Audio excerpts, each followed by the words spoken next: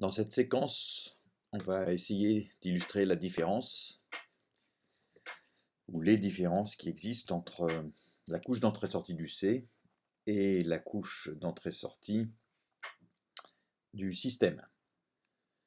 On a déjà illustré dans le cours les entrées-sorties du C.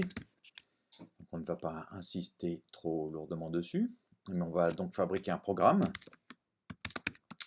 qui va s'autoriser à copier le contenu d'un fichier dont le nom est passé en paramètre dans un fichier dont le nom est lui-même aussi passé en paramètre.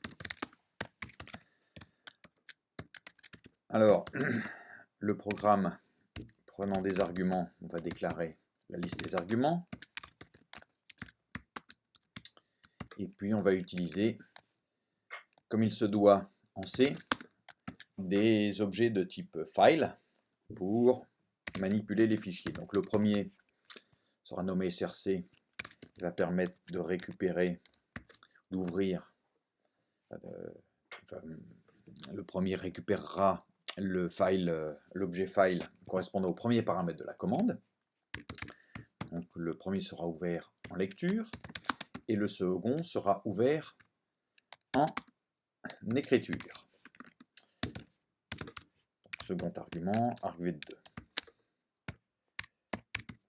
Alors on va prendre soin de vérifier que les ouvertures s'effectuent correctement. Si ce n'est pas le cas, on mettra un message standardisé. Pour DST, on va prendre la même précaution,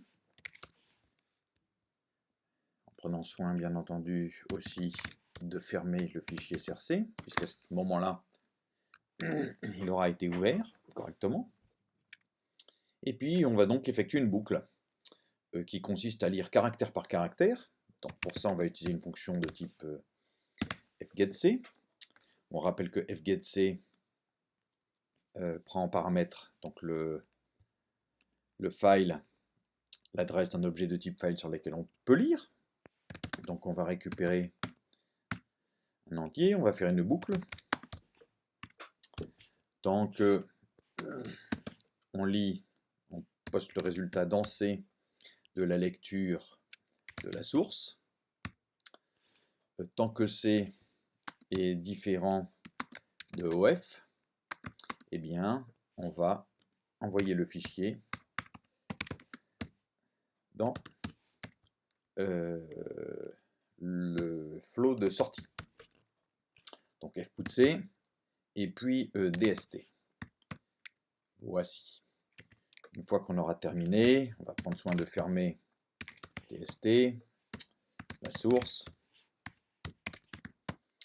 et puis de sortir sans erreur. On va compiler. Alors, il manque la déclaration de la fonction exit, qui est dans la librairie standard, donc qui doit utiliser std.h. Voici. On a donc bien obtenu l'exécutable. Donc maintenant, on va tenter d'effectuer une copie. Alors pour cela, on va se prendre un fichier relativement gros pour que les temps puissent être mesurables. Donc là, on a sous la main un fichier qui fait environ 8 ou 9 kilooctets. Donc on va le copier de telle sorte où on obtienne un fichier plus important. Donc on va le dupliquer 2 fois, on va le répliquer 2 fois dans Titi, et puis on va faire de même dans Titi, jusqu'à ce qu'on obtienne quelque chose de relativement gros.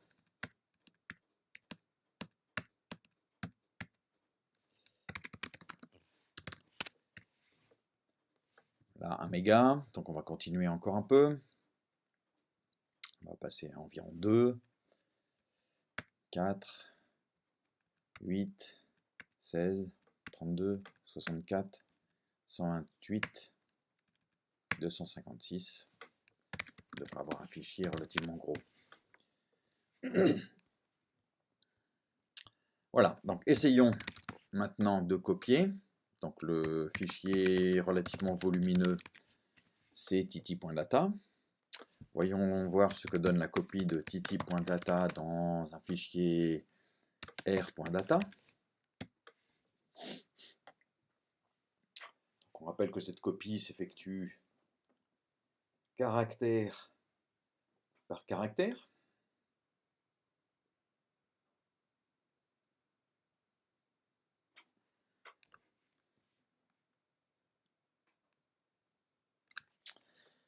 Donc on a bien titi.data et r.data qui devraient faire la même taille, très bien. Maintenant, on va s'employer à écrire le même programme, bien pour le système, une version pour le système. Donc entrée-sortie S pour système. Alors, ce qui va changer les choses, c'est qu'évidemment, les ouvertures s'effectuent avec open et puis nécessitent l'inclusion de fcntl.h. fcntl.h. Ce qu'on récupère en résultat de open, ce ne sont pas des files, mais ce sont des entiers. Ces entiers étant des descripteurs. Et puis les modes d'ouverture sont précisés cette fois via des constantes. Des constantes de type entier. Alors c'est rd-only et write-only. Et puis pour le fichier de sortie, on va utiliser ocreate et puis le mode otrunc qui permettent de créer le fichier s'il n'existe pas et puis si jamais il existe, eh bien de le tronquer à 0, c'est-à-dire d'effacer intégralement son contenu. Donc les erreurs, c'est évidemment si src est différent de -1 cette fois. Ce ne sont pas des appels à fclose qu'il faut réaliser pour fermer les fichiers, mais des appels à close. Et donc cette fois, l'inclusion nécessaire, c'est uni.std.h. Et puis les appels que nous allons effectuer sont des appels à read et write. Donc read prend en paramètre, alors cette fois il nous faut un caractère, on va l'effectuer caractère par caractère, et donc on va lire grâce à read dans le fichier source à l'adresse du caractère auquel on souhaite ranger les données. On va effectuer une lecture d'un caractère de long. On rappelle que read renvoie le nombre de caractères lus, et puis 0 si en fin de fichier.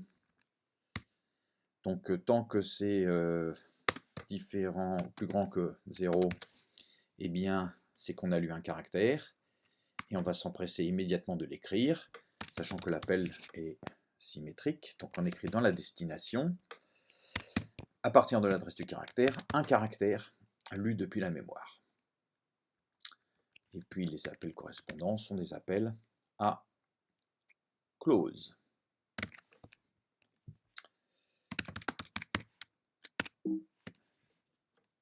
Alors cette fois, on va effectuer la même opération, simplement, au lieu de copier avec ESC, on va copier dans R, avec ESS. Et puis on va prendre soin de mesurer le temps d'exécution.